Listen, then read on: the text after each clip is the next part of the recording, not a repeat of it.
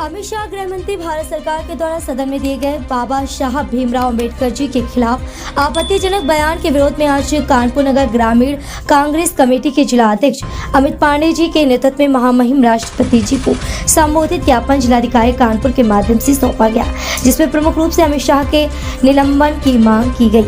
उक्त प्रदर्शन में सैकड़ों कांग्रेसी शामिल हुए। सभी कांग्रेसी जय जय भीम, बाबा साहब का यह अपमान नहीं सहेगा।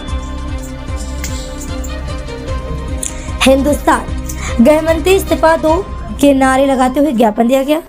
बुधा नारायण मिश्र, जेपी पाल, विकास अवस्थी, करिश्मा ठाकुर, नौशाद आलम मंसूरी, जिला अध्यक्ष आलोक मिश्रा, सांसद प्रत्याशी सुमन तिवारी, रीता कटघरिया आदि लोग उपस्थित रहे। मैं अमित पांडे, जिला अध्यक्ष हूँ कांग्रेस नगर ग्रामीण कांग्रेस पार्टी का। और आज ज्ञापन का प्रमुख रूप से जो विषय था, हमारे देश में संवैधानिक व्यवस्था लागू है। उस संवैधानिक व्यवस्था के अंतर्गत हमारे यहाँ संसद बनी, जिसमें सांसद चुन के जाते हैं। जो सांसद को चुनने का काम हमारे देश के मतदाता करते हैं। भारतीय जनता पार्टी जो आरएसएस से प्रेरित एक ऐसा संगठन है जो न तो संविधान को मानता है, न स्वतंत्रता को मानता है, न इस देश में संवैधानिक अधिकारों को मानता है, न मूल्यों को मानता है, न सिद्धांतों को मानता है।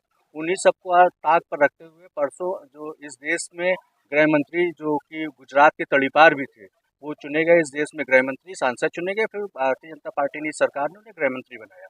उनका एक जो उन्होंने बयान दिया, एक बहुत ही घटिया और निंदनीय बयान दिया, जो निकृष्ट टाइप की जो उनकी सोच और व्यवस्था है उसके पोषक प्रतीत हो रहे हैं। जिस बयान के माध्यम से उन्होंने कहा कि अगर आप जितना बाबा साहब भीमराव अम्बेडकर करते, अगर इतना भगवान का नाम लेते तो शायद आपको भगवान मिल गए होते।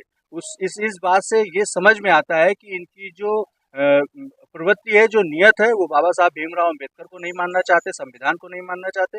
हमारे नेता राहुल गांधी जी जब इस देश में संविधान को लागू करने की, संवैधानिक व्यवस्था को बनाए और बचाए रखने की बात करते हैं, तो ये लोग संविधान को बनाने वाले बाबा साहब भीमराव अम्बेडकर को गाली देने का काम करते हैं, उन्हें अपमानित करने का काम करते हैं। इसी के विरोध में पूरे देश में आज हम सब लोग ज्ञापन देने का काम कर रहे हैं। और बाबा साहब भीमराव अम्बेडकर के सम्मान और इस देश के स्वाभिमान की रक्षा करने के लिए कांग्रेस पार्टी और इस देश का एक एक नागरिक जमीन से लेके सदन तक लड़ाई लड़ने का काम करेगा। और ये लड़ाई जारी रहेगी जब तक अमित शाह या तो बर्खास्त नहीं होते, या इस्तीफा नहीं देते, या अपने किए हुए कृत्यों पर माफी नहीं मांगते। तब तक ये युद्ध और ये जंग और हमारी मांगे और हमारा संघर्ष जारी रहेगा। सरकार तो बीजेपी के लोगों का तो काम ही है पुतले फूंकना।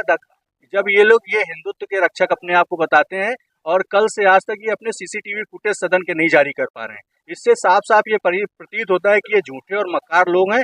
इन लोगों ने 52 साल तक तो अपने संघ के कार्यालय में तिरंगा झंडा नहीं लगाया।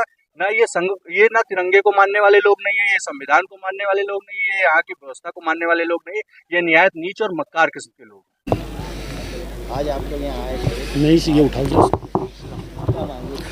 देखिए, जिस तरह से हमारे कानून के निर्माता, हमारे संविधान के निर्माता बाबा साहब अम्बेडकर जी का अपमान हुआ है राज्यसभा में, हम अमित शाह जी से माफ़ी मांगने की अपील करते हैं और राष्ट्रपति जी से अनुरोध करते हैं कि ऐसे गृह मंत्री को बर्खास्त किया जाए जो हमारे राष्ट्र के संविधान के निर्माता को अपमानित करे। इसलिए हम लोग आए हैं। और दूसरी बात, जिस तरह से हमारे नेता राहुल जी पर भ्रामक आरोप लगाकर, एक भी वीडियो भी नहीं आया है कि धक्का दिया, और आप देखिए जरा सी चोट में आईसीयू, ये सब एक ड्रामा बनाया जा रहा है, मुद्दे से भटकाने की कोशिश की जा रही है। क्योंकि अंबेडकर साहब का अपमान जो हुआ है उसको लोग भूल जाएं और इस बात में पड़ जाएं। तो राहुल जी के खिलाफ जितने मुकदमे हैं जो फर्जी हैं वो वापस लिए जाएं, और गृह मंत्री इस्तीफा दें और बाबा साहब अम्बेडकर के से माफ़ी मांगें जो उन्होंने अपमान किया है राज्यसभा में।